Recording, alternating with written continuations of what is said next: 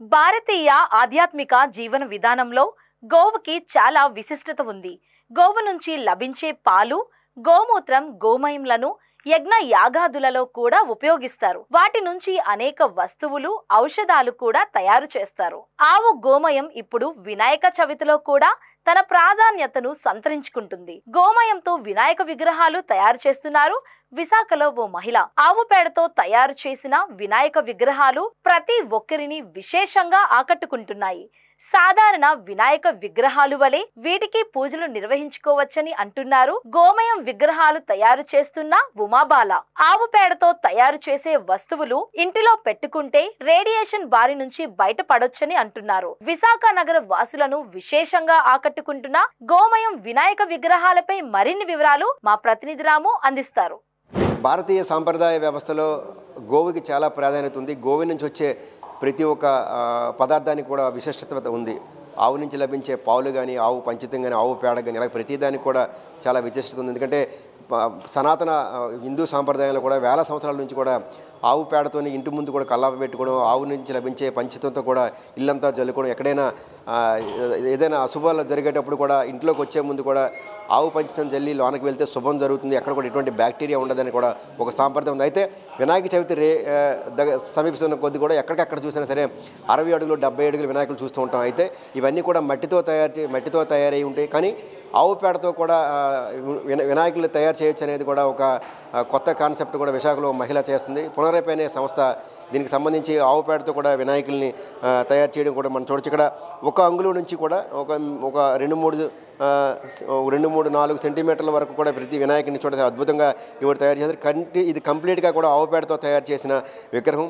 ఇప్పుడు దీన్ని వినాయక చవితిలో ఏదైతే మనం మట్టి వినాయకుని పూజిస్తున్నామో ఆ విధంగా కూడా దీనికి పూజించవచ్చు. ఎందుకంటే ఆవు పేడకు సంబంధించి కూడా ఎటువంటి ఇబ్బందులు ఉండవు. ఆవు పేడని ఇంట్లో మనం వేలాది సంవత్సరాలుగా కూడా మనం ఇంటి ముందు కల్లాపగా వాడుతుంటాం. అలాగే కూడా ఆవు పేడను కూడా ఇది రేపు వినాయక చవితి సందర్భంగా కూడా వినాయకుని పూజించిన తర్వాత కావాలంటే ఇంట్లో పెట్టుకోవచ్చు, లేదంటే తిరిగి దీన్ని చెరువులో కానీ సముద్రంలో కానీ నిమజ్జనం చేయొచ్చు అంటూ కూడా ఇక్కడ ఉన్న నిర్వాహకులు అయితే చెప్తూనే ఉన్నారు.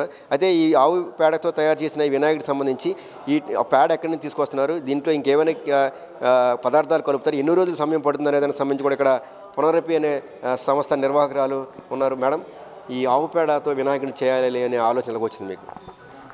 అంటే మనం ఎంతో పువ్వులు కానీ ఆవు పేడ కానీ వేస్ట్ చేస్తున్నాము. దానివల్ల ఆవుకు విలువ లేకుండా చేస్తాం. మనం ఒట్టిపోయిన ఆవుల్ని వీధుల్లో వదిలేస్తూ ఉంటారు. వాటితో కూడా వాల్యూ ఎడిషన్ చేయొచ్చు ఆ పేడతో అని. గోశాలలు వాటికి కొంచెం ఇది ఇన్కమ్ జనరేషన్ అవుతుంది కదా అని కాన్సెప్ట్ తోటి నేను స్టార్ట్ చేశాను ఈ ఐడియాస్ అవిను. సో దానివల్ల వాళ్ళు ఒట్టిపోయిన ఆవులతోటి దెబ్బతిన్న ఆవులు అవన్నీ పెంచుతున్న వాళ్ళు కూడా వాటి గ్రాసం కోసమైనా కనీసం సంపాదించుకోగలుగుతారు కదా. ఆ కాన్సెప్ట్తో నేను స్టార్ట్ చేస్తాను. ఇది ఫ్యూచర్లో అందరికీ షేర్ చేస్తాను కూడా ఈ ఐడియాస్ అవిను. మా సంస్థ పేరు పునరైప్ అండి. నా పేరు ఉమాబాల. ఆవు సంరక్షణ కోసం అంటే సేవ్ కౌస్లా కాన్సెప్ట్ తోటి మొదట స్టార్ట్ చేస్తాం మేము. ఆవు పేడతో రాఖీలు, ఆవు పేడతో వినాయకుళ్ళు. మావి ఆవు పేడ వినాయకుళ్ళు చాలా పాపులర్ అయ్యాయి. సో ఇందులోనూ ఆవు పేడలోను కొంచెం ఒక చెట్టు బెరడు ఉంటుంది. ఆ బెరడు పౌడర్ అనమాట. అది కొంచెం దానికి ముద్దలా తయారయ్యేలాగా అంత మాత్రమే కలుపుతాం. ఇది ప్యూర్ ఆవు పేడతో గోమయంతో చేసినదే.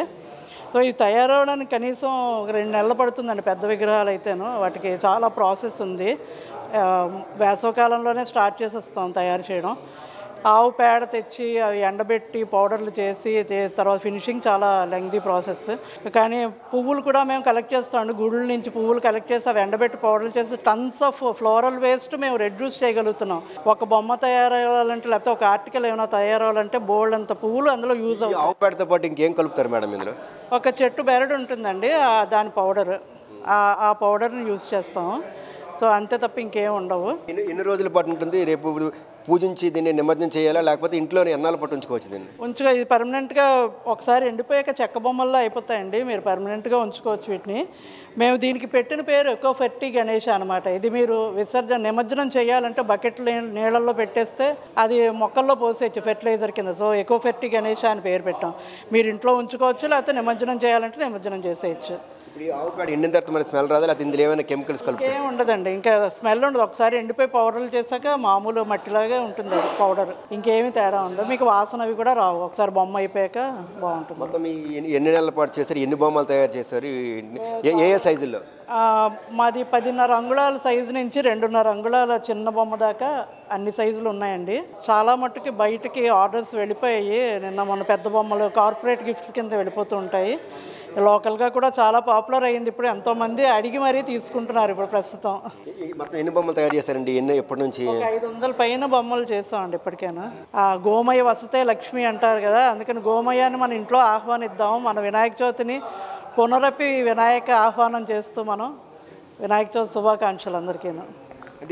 అంటే వీటికి మామూలుగా మీ పూజలు చేసినట్టుగా మా మట్టి వినాయకుడు చేసినట్టుగా సేమ్ అదే ప్రాసెస్? అంతేనండి, అంతే సేమ్ లైక్ ఎనీ అదర్ వినాయకుడు ఇది మనం పూజ చేసుకోవచ్చు.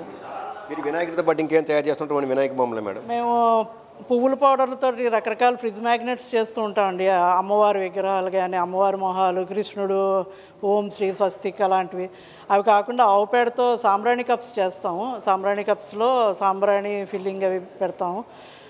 మేము ఇంకొక రకం అగరబత్తీలు చేస్తాము. అవి ఆవు పేడతలకు ఇంపార్టెన్స్ తెలియజేయాలని చేస్తున్నారా, లేకపోతే మనకి ఆవు పేడకు పవిత్రత ఉంది భారతదేశ సాంప్రదాయ వ్యవస్థలో?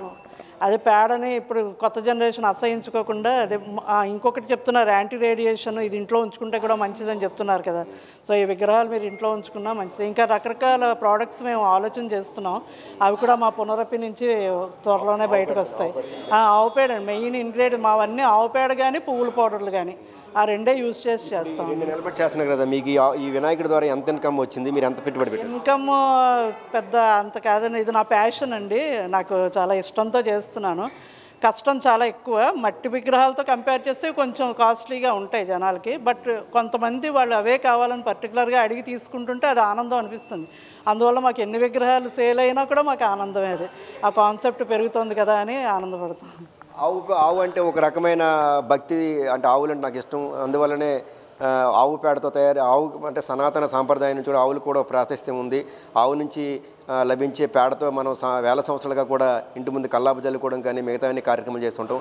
ఈ విధంగా ఆవు పేడని ఊరికనే పడేయకుండా దాని నుంచి కూడా మనం అనేక వస్తువులు తయారు చేయొచ్చు అనే ఒక ఆలోచనతోనే ఈ రకంగా కూడా ఆవు పేడతో బొమ్మలు తయారు చేస్తున్నారు. అయితే ఈ బొమ్మ వంగులున్నర నుంచి కూడా ఇంచుమించుగా ఒక 3-4 సెంటీమీటర్ల వరకు కూడా బొమ్మ తయారు చేస్తారు. ఇది ఇంచుమించుగా 300 నుంచి 350 వరకు కూడా ఇలాంటి బొమ్మ ఖరీదు ఉంటుందని కూడా ఉమావాళ్ళు అయితే స్పష్టం చేస్తున్నారు. అయితే 2 నెలలు సమయం పడుతుంది ఒక్కో బొమ్మ తయారు చేయడానికి. ఎందుకంటే ఈ ఆవు పేడ సేకరించాలి, దాన్ని ఎండబెట్టాలి, అందులో మళ్ళీ తిరిగి ఒక చెట్టు వేడ యొక్క పౌడర్ని అందులో కలిపి ఇదంతా ప్రాసెస్ చేసి దాన్ని తడిపి ముద్ద చేసి విధంగా బొమ్మ తయారు చేయడానికి 2 నెలలు సమయం పడుతుంది. ఇదంతా కష్టమైన ఇది ఏదో కమర్షియల్గా చేయాలి అనేది కాదు. ఆవు పేడని రానున్న సాంప్రదాయాలకి ఆవు తాలూకా పేడ, ఆవు పంచితాన్ని ప్రజలకు తెలియాలి, దాని విశిష్టత ప్రాధాన్యత తెలియాలని ఒక ఉద్దేశంతోనే ఈ విధంగా కూడా ఆవు పేడతో వినాయకులు తయారు చేస్తున్నాం. ఈ వినాయకుడిని నిత్యం కూడా మన ఇంట్లో ఉంచుకోవచ్చు. మామూలుగా రేపు వినాయక చవితి నుంచి పూజలు చేస్తూ తర్వాత పర్మనెంట్గా కూడా ఉంచేవచ్చు. ఒకవేళ వినాయకుడిని నిమజ్జనం చేయాలంటే ఎక్కువ నీరు కూడా అవసరం లేదు. ఒక బకెట్ నీళ్ళు కూడా తీసుకుని అందులో వినాయకుడిని బొమ్మను కూడా పెడితే కొన్ని నిమిషాల్లోనే ఇదంతా కూడా అందులో కరిగిపోతుంది అనేది కూడా పునరపి సంస్థ నిర్వాహకురాలు ఉమావాళ్ళు అయితే స్పష్టం చేస్తున్నారు. వీడియో జర్నలిస్ట్ ప్రేమ్తో రాము, BBC 1 TV, విశాఖపట్నం.